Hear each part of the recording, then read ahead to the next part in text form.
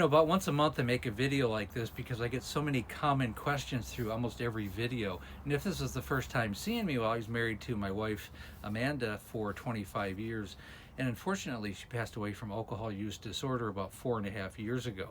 And a lot of the common questions that I get is like, where did she get the alcohol? How did she die? Did you love your wife? How did it affect your son? A lot of similar questions like that. Yeah, and just instead of answering them individually, because I think I spent one day almost 10, 12 hours answering questions. I just kind of tested myself one day, and I answered about 2,000 questions, and I looked at the list, and there was another 5,000 waiting for me. So after a while, it's just too overwhelming, and you can't do it. So I decided to make a video like this. Initially, one of the big questions is, where did she get the alcohol?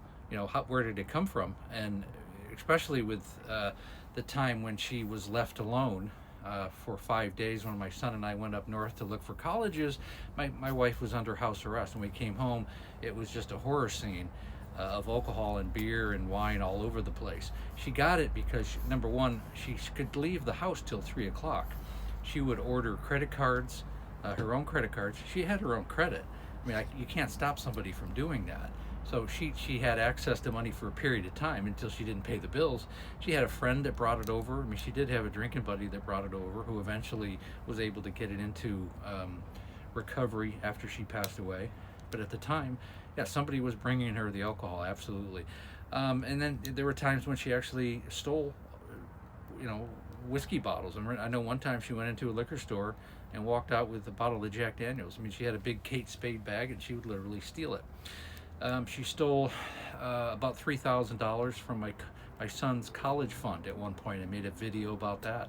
He was in college as a freshman and called me up and goes, "Dad, I had this account for him so that he would have access to, if he needed to buy books or food or something for that particular semester." And it was gone within a month of him being there, and my wife had gone in and stolen the money. This is how, she was able to get things. What people don't understand, who have not been in this situation, an alcoholic will get alcohol anyway, anyhow, no matter the consequences, no matter how it gets in the way. This is all part of the mental health disease. And another thing that I really have to point out is none of these stories are to disparage my wife or alcoholics or this disease at all. It's a mental health disease, and it's about education and resonation for people who are in this situation, because it helps people who are alcoholics. It makes them scared straight. I've had so many people tell me that. It resonates with families who have gone through this. It resonates with alcoholics that have gone through this. And if you're not the target person, then it doesn't really involve you. Okay, so just move on, or just keep skimming if you don't relate to it. But just disparaging remarks just aren't appropriate. They don't help anybody, certainly not anybody on this thread. On that note, again, my wife's book, it's called Amanda, A Cautionary Tale of Alcoholism. The pre-orders are actually out now. We released it last week, but it's going to be on Amazon on December 12th. Okay, we put it through the PayPal. We have a PayPal link in my website. You can go to the link tree in my bio, go to the website, and the PayPal link will come right up. You can actually purchase it for pre-orders right now. It'll be on Amazon a week next Thursday. I don't know whenever you're watching this, but December 12th, 2024. You can get it right now. Pre-orders right on my TikTok link tree. Go to the website. You can pull it right up. The other thing I want to say is, a lot of people ask me, well, how did my wife die? How old was she? Well, to answer that, she was 58 years old. I'll give you the short version of how she passed away. I dropped her off in her 7th rehab, and I'll continue this in just a minute.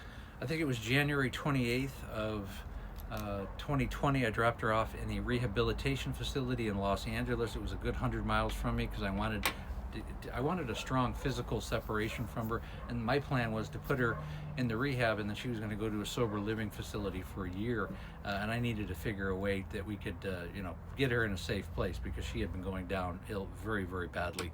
If you follow me, you're well aware of that. She fell down a flight of stairs at the rehab. It was a residential facility, and she fell down a flight of stairs literally the next morning.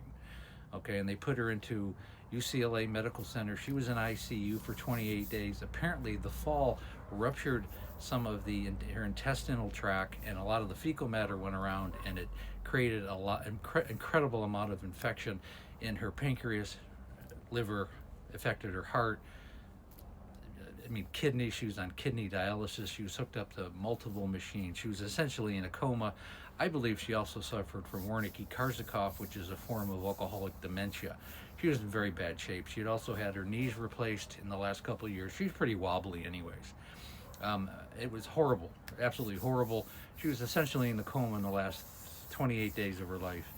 And unfortunately, I mean, as horrible as it is, she passed away on February 21st of 2020, just before COVID hit. In fact, we had a get-together a week after she passed away in the clubhouse where I live, and it was the last event at the clubhouse for 2.5 years.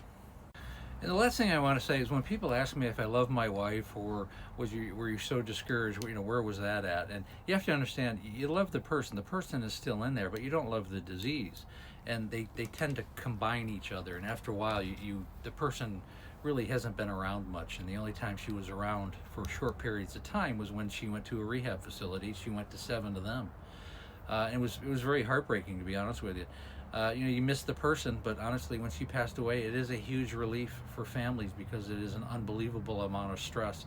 And you feel better for the person too, because she was just in so much physical and mental anguish, beyond anything I think that you could really describe, on a TikTok.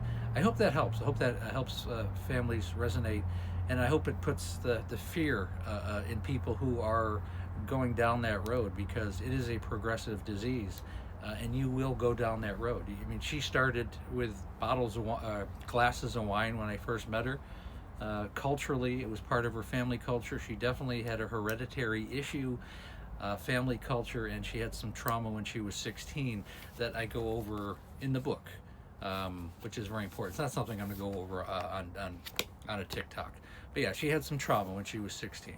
And I hope that makes sense.